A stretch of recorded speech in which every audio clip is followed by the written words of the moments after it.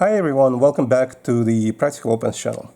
Today we are diving into a comparison between two World War II handguns in their more or less modern copy representation on the table. One is representing Wehrmacht issue sidearm, Walther P38, and I have Walther P1, which is a post-war model. And the other one is Browning High Power, represented by Argentinian FM High Power M35 Classic, which was a P35 during World War II. Both of them were used by multiple countries, while High Power was used by Canadians, British, Chinese, and Belgian forces. Walther P38 was used primarily by Wehrmacht and by, honestly, Russian forces whenever they capture them, because it becomes a very good host for suppressor. So a lot of the search or reconnaissance units used Walthers. Plus, it was possible to find ammunition right from the Germans that they took out. Now, the main differences between them are something we're going to look into right now. Walther P38 was introduced in 1938 and was intended to replace Ruger P08, which it mostly did, not for everybody, because again, limitations and resources. And Browning High Power was introduced in kind of 1927, incompletely, at least where the records are read, by Browning, and then finished by 1935 by another Belgian by the name of Dieudonné, if I pronounce it correctly. This was a P35 and was adopted by Belgian Army as their official sidearm. And of course, Belgian Army was taken out in the beginning of the World War II, so both the factory and the handguns were also captured by Germans, and they put them in their own use as well. One of the main differences between High Power and Walther is a double stack versus single stack magazines. 8 rounds, 13 rounds. Doesn't sound like a lot, but it is still 5 rounds more. And that could easily count when needed, because often you didn't have a chance to reload. So you had what you had, especially in a gunfight. And when you had to have a pistol in a gunfight, that means you're probably up and close, and usually not frontline troops, unless it was an officer, a machine gunner, or an NCO that actually had a sidearm.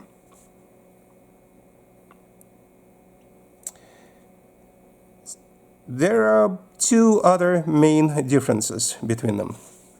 High Power, as you might or might not know, is a single-action pistol. They're both 9mm. 9mm Luger, whatever you want to call it. Single action pistol, single action, double action with the decocker. Single action with 2 different safeties. So, what are the safeties, you ask? Okay, so let's cock the hammer. And of course, all pistols have been checked for being empty, there is no ammo, all the other steps. There is a frame-mounted safety, and there is a magazine safety in the High Power. So even if the frame-mounted safety is disengaged, I will not be able to press the trigger. But if I insert the mag, click, it will go off. And you could carry it with the position 1, just like 1911. You could remove the safety or disengage it and decock it if you wanted to go that way, but that makes it unusual because before being able to fire it, you're going to have to cock it again. So most likely they carry them with the safety on. This particular model has dual side safety. I don't think the original one did. Now, Walther P38 does not have a magazine safety. It is single action, which you can decock this way, or you can decock using a safety and decocker lever. And of course it is a double action as well. Single action, double action. And it has this the slide mounted versus frame mounted safety and decocker. The magazine release is at the bottom, which is the old European model or approach, while the high power has the button drop, which is basically the American style. Again, John Browning. The last but not least of the differences is the type of a barrel. Open and Browning action barrel, which tilts when firing. So if you were to remove the barrel, you can see the barrel tilting.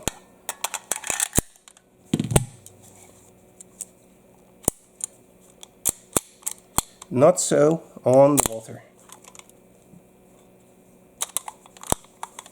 Again, empty mag, everything is empty. Haven't fired this thing in many years, probably never will again.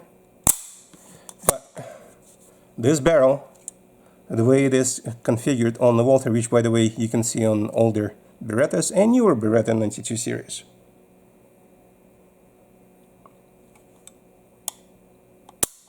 Fixed barrel model, and also one of the first guns of its time to be easily disassembled, which I'm not going to do because there's no point. You can see those kind of videos all over the place.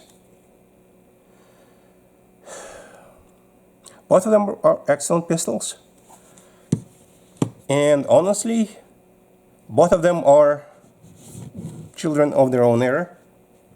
But Browning high power is the almost modern pistol, while Walther P38 P1 in this case is something that would quickly go away because of the complexity. Some of the functionalities will stay. The decocker, the single action, double action mode, the fixed barrel on some guns might stay. Not many, but some. For example, all of the Walther PP and followed Walther PPK, PPKS, CZ70, 372, I have a 72, and Makarov, Pistolet Makarova, they all follow the concept of a fixed barrel. Not exactly the same one, but that feature will go away. Very, very late in the 90s.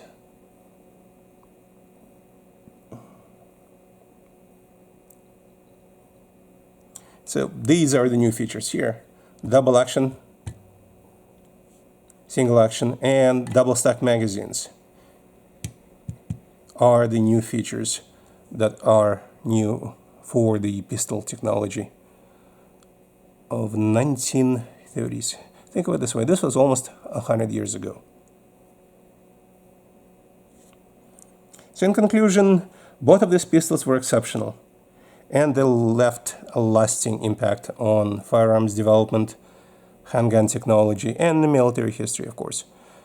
High power served well into 2000s in the British SAS, for example, and they're still being produced in the Generation 2 by several companies and reproduction by Turkish companies and whatnot. Technology from Walther P1 stayed until at least 1960s, 1970s, in use in many places as different models.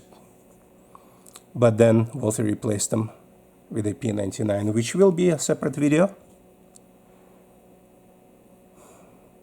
because they went from hammer-fired guns to striker-fired guns. So this is what I wanted to just show on the channel, since I'm back to making some tabletop videos, even though my hand is injured. This is why you see the glove. I cannot bend some of my fingers right now. But you shouldn't care about that, you should care about the pistols. Again, if you like what you see, please subscribe, click like, and share in whichever order you want to do that. Until the next time, we'll see you later.